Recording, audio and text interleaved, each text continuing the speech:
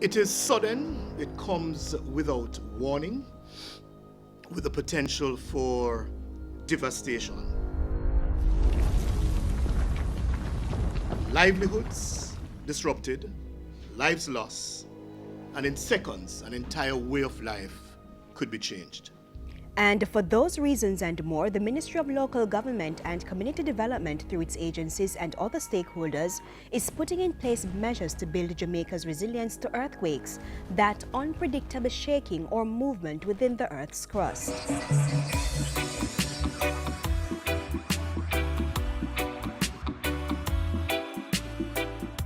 Jamaica gets over 200 earthquakes annually.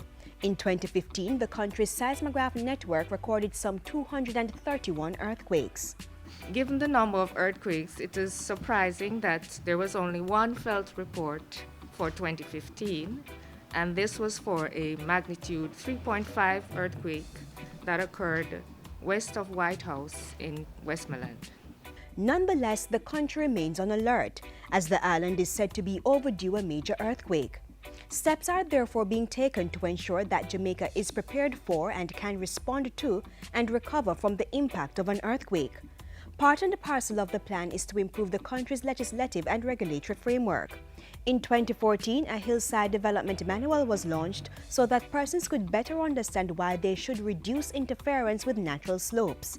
Since then, the document has been incorporated into the Kingston and St. Andrew Development Order and the National Works Agency's drainage guidelines. There's also been an increase in the number of requests for assistance from the general public, developers and other government entities for geographic and geotechnical advice regarding lands for development in hillside areas. Parliament also passed the Disaster Risk Management Act, and the National Building Bill has been tabled in the House of Representatives. Persons are also reminded to adhere to building regulations so that sturdy structures are erected.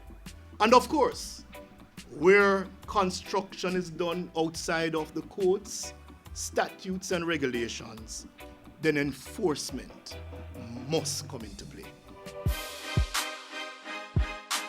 Improving Jamaica's resilience to an earthquake and other natural disasters also means boosting technological capacity so that stakeholders can coordinate their response. In that regard, partnerships have been forged with the private sector. To strengthen our whole build-out of the emergency radio network that is operated by ODPEM, as well as having that integrated with the various other emergency responders. One such emergency responder, the Jamaica Fire Brigade. Why? Well, for one, earthquakes are normally followed by pockets of fire. The Kingston earthquake of 1907 had a series of fires that led to about 1,000 reported deaths. And so, with the limited resources, firefighters are continuously trained to ensure they are ready to respond if and when there is an earthquake. Earthquakes can also bring tsunamis. Two were recorded from past earthquakes in Jamaica, and with tsunamis, there will be flooding. Fortunately, the Jamaica Fire Brigade has trained persons in swift water rescue, and we have received equipment from the U.S. Embassy that we will be able to conduct a rescue operation in that event. Jamaican firefighters are also capable of carrying out search and rescue operations, and the brigade's emergency medical technicians can provide treatment if and when the need arises. Public and private stakeholders can help to assess their readiness for an earthquake and lessen future damage by signing on to the earthquake unit's Strong Motion network. Participants will have to buy accelerographs, install them in buildings to measure movement, and the earthquake unit will analyze the data. So at magnitudes of say 4 and 5, we can have an indication of how the ground surrounding our building or the building itself or whatever structure, say a bridge, would respond to a much larger earthquake. The Office of Disaster Preparedness and Emergency Management ODPEM is also working to ensure that everyone is earthquake ready. The agency continues to expand its community emergency response teams while finalizing a volunteers program through a partnership with Argentina. The South American country is sharing its expertise and encouraging ODPEM to involve different categories of citizens in the program.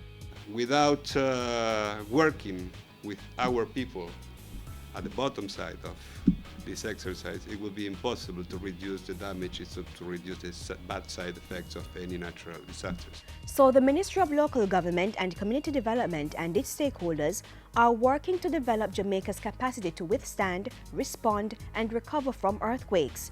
You too can play a part. Follow the building regulations. Check buildings for cracks, weaknesses, and defective electrical wiring. Securely anchor overhead objects such as chandeliers and fluorescent bulbs. Practice earthquake drills and develop an evacuation and emergency plan.